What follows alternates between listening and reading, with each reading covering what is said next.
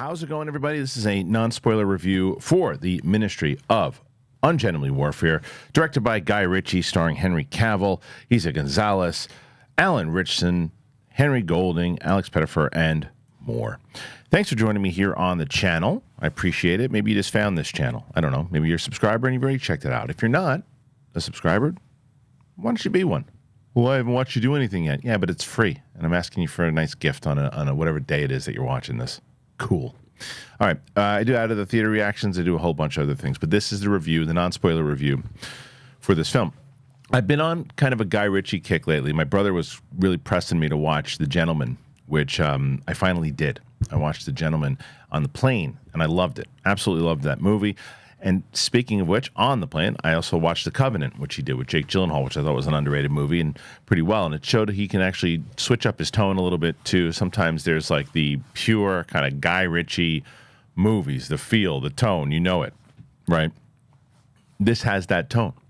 This is his version of Inglourious Basterds. And what is it? What's the movie? I kind of knew from the trailer that it was based on true events, but I didn't really know what the true events were. And so what the true events were, I think it was 2016, I think, when the classified documents of Winston Churchill were made public. I think that's the case. I think that's what they say in the very beginning of the movie. Anyway, Churchill and a bunch of his military peeps, they decide they got to keep this thing quiet. They got to. What's happening is that the Nazis, they have these U-boats. It is one particular U-boat that is just causing havoc. If it continues to, it is unsinkable, basically. And the Americans haven't joined the war yet, and there will be no case for them to even try to do it, because this thing will shoot anything down in its way. And it's been doing it. It's getting closer and closer for the Brits to actually maybe surrender. They even have that conversation. So what do? They say, well, we can put together the first kind of real special ops team, a bunch of misfits, and to go in there and sink this thing. So they said, well, if we do, it's got to be if this never happened. So if they get caught by us, they're going to jail. If they get caught by the Germans, they're going to get tortured and worse, and we can't do anything about it.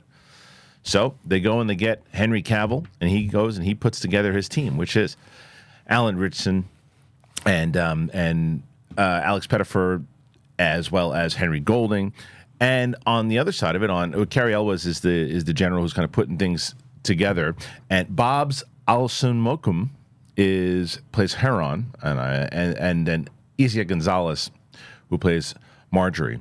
And I thought that both Henry Cavill and Eiza Gonzales, to me, were the two standouts. Everybody does good in this movie, but those two in particular really have fun with the role. Now, that's the thing, right? This movie starts off at about 200 miles an hour. And you're like, whoa, is the whole pace going to be like this?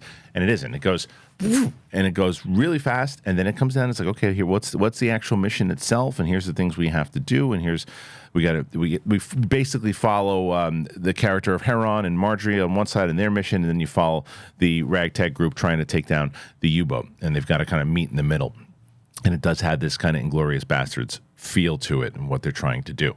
The other performance was also, speaking of Inglourious Basterds, guy who's been in these movies before, and he plays a Nazi, is Till Schweiger, who he plays Heinrich Löhr, and I believe he's also in Inglourious Basterds as well. And he plays the German that Eiza Gonzales has to try to trick. So what Guy Ritchie does well is the pace of this film. And as I said, it goes, I didn't mind the ups and downs. Once you get to the end, it's pure chaos. It doesn't have the kind of pure, when I bring up Inglourious Basterds, the depth, I could have easily seen this movie, by the way. This true story could have been a Spielberg-type World War II movie or any other kind of World War II movie where you're just kind of documenting this actual mission, or a Nolan movie to take this story. But Guy Ritchie brings everybody that I've seen so far. When you see, and I know that sometimes it's almost like taboo to say this now, like, this movie's fun, because people say, well, that's just an excuse to say there's not a lot of depth to it. Sometimes, but this time this is just a fun action movie based in the true event of what happened. And as far as what Ian Fleming was doing, who created James Bond, I didn't know this aspect of Ian Fleming, that he was actually working with the government to work on this particular mission. And they say that Henry Cavill's character was the basis of Gus Mark Phillips was the basis of the James Bond character, which is interesting. So all that together, I just had a big smile on my face watching this the whole time. I really did. I thought it was, and the use of music. There's a really, I mean, it's brutal too. The movie's brutal, and sometimes cartoony brutal, but brutal. And you can tell that Alan Ritchson's having a lot of fun just killing Nazis, and that's the basic review. As far as Henry Golding, I really like Henry Golding a lot. He doesn't have much to do. When he's on screen, fantastic. He just doesn't have a lot to do. He's kind of like the explosives guy.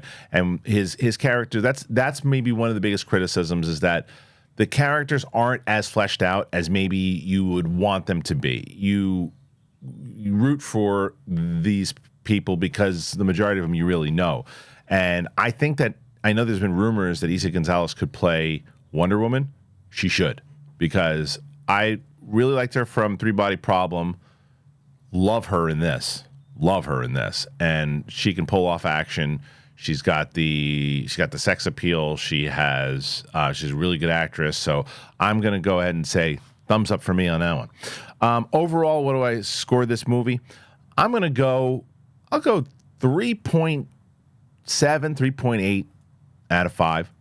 I think that it's a fun movie to watch in the theater. I think it's a good way to catch up on this kind of history, and you can tell that everyone was having a blast. So that's my review of this movie. Are you going to see it? Do you want to see it? What say you? Put your comments in there and let me know what you think. As always, if you haven't already, subscribe to the channel. Be part of it. We have a lot of things going on over here. All right. That's it.